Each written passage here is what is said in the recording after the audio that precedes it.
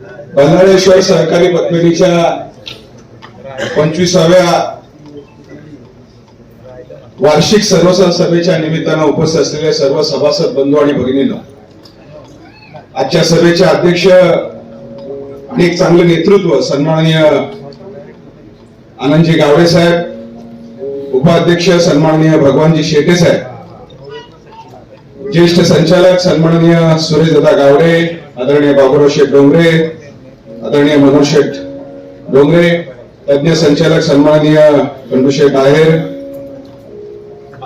दाते साहेब आणि जे 4 संचालक नवीन नेतृत्व आलेले आहेत त्या सगळ्यांचं मी स्वागत करतो.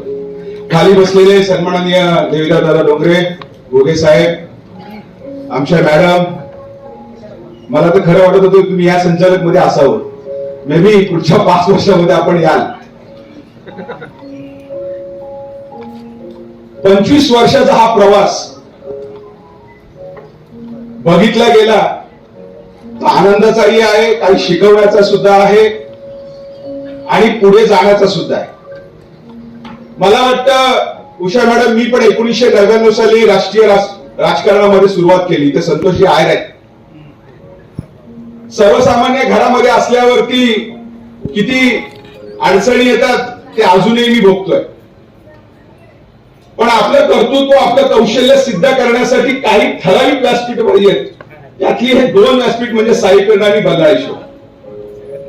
सुरुवातीला ओळख नसते डोंगरे साहेब, बेंडे साहेब, त्यावेळी मग आम्हाला ते चिठ्ठ्यांच्या मार्फत आम्हाला स्टेजवरती यायचं असतं आणि दरवर्षी आलो की पहिली चिठ्ठी मिळते. ते एक चांगलं होतं, कारण अमावस्या पुनवेला आम्हाला संधी मिळते. इथे मनोज शेठ डोंगरे बसलेले आहेत. काही काही माणसं असतात ज्यांना रोज संधी मिळते, पण त्या संधीचं कशी माती करायची हे मी डोळ्याने बघितलेलं आहे. त्यातून आम्ही शिकलो आहे.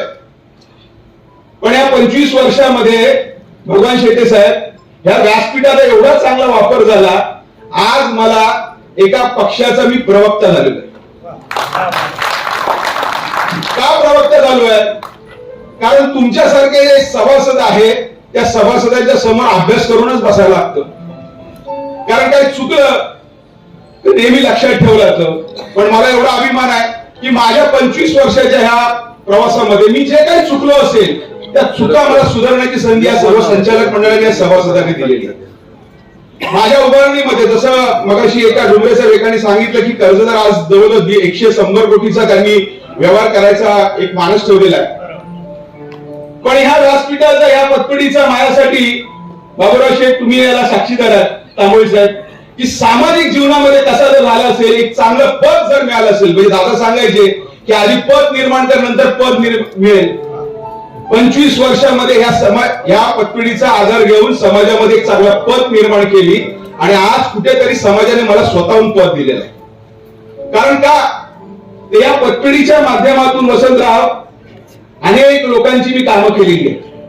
ज्यांना 50,000 असेल किंवा 1 लाख असेल अशा लोकांना मी कर्ज दिलेली आहे आणि ती कर्ज दिल्यानंतर भोगरे साहेब ती वसूल करण्याची सुद्धा जबाबदारी मी घेतलेली आहे. कारण मला आठवत आहे एक कर्ज दिलं होतं ₹1,00,000. 4 वर्ष त्या माणसाने मला थकवलं. पण जेव्हा मी संस्थेत जायचं तेव्हा पटाडे मॅडम सांगायचं काय होत आहे ते सांगितल्यानंतर त्याच्या घरात जाऊन त्याला सांगायचं जशी तू माझ्याकडे आला होता तशी जबाबदारी मला वसूल करण्याची आहे. आणि 4 वर्षानंतर या संचालकांच्या सहकार्याने मी ते वसूल केलेलं आहे. म्हणजे कर्ज देत असताना जसं संचालक सांगतात की हे सर्वसामान्य माणसांचा पैसा आहे, तसे आमचे सल्लागार सुद्धा आम्ही सांगतो की बाबा हा सर्वसामान्यांचा पैसा आहे, तो तू जसा घेतलाय तसा देण्याची जबाबदारी सुद्धा तुझी आहे. ही शिकवण आम्हाला संचालकांनी दिली. ती शिकवण घेऊन आम्ही समाजामध्ये काम केलं म्हणून आज एवढं चांगले पद मिळालेले आहे. या 25 वर्षाच्या दाते साहेब अतिशय आनंदाने आम्ही काम केलेलं आहे. फक्त थोडस कुठेतरी थोडस मन खट्टू झालेलं आहे. या संचालक मंडळाने किंवा मनोज शेठ किंवा आनंदराव गावडेंनी मी सांगितलं की मी ससा काय झालोय गेल्या वर्षी सांगितलंय, पण या सशाला जरा कधीतरी विचारा. आम्ही सुद्धा तज्ञ होतो. आमचा पण निकष काय डोंगरे साहेब, हर्षद आयरला घेतलं म्हणून माझा विरोध नाही. मी हर्षद साहेब तुम्ही गैरसमज करून घेऊ नका. मी फक्त यांना एकच प्रश्न विचारला की तज्ञ संचालकांचा निकष जो वापरलेला आहे, ज्यांना तंत्रज्ञ घेतलेला आहे, त्यांची आम्हाला कॅटेगरी, आम्हाला त्याचा निकष सांगावा. त्याप्रमाणे आम्ही पुढच्या 5 वर्षामध्ये आमची निकष आम्ही तयार करू. तुम्ही चांगले झाला, खाली इथे मोकळं झालं, जर थोडंसं शांत वाटलं. जर तुम्ही खाली असतं तिथे एक बडबड चांगली झाली असती. पण तुम्हाला चांगला तुम्ही घेतल्याबद्दल तुमचंही अभिनंदन करतो. आणि आनंदराव, पुन्हा एकदा सांगतो की तुमच्यासारखं नेतृत्व मिळाल्यामुळे जसे संस्थेचे चांगले दिवस आलेले आहेत. तुम्ही असंच करा. आणि जसं उषा मॅडमने सांगितलं की 50 वर्षाच्या वाटचालीसाठी दुसऱ्या नेतृत्वाची फळी तयार करावी अशी आपल्याला विनंती करून तुम्हाला सगळ्यांना शुभेच्छा देऊन थांबतो. जय हिंद, जय महाराष्ट्र, जय सर.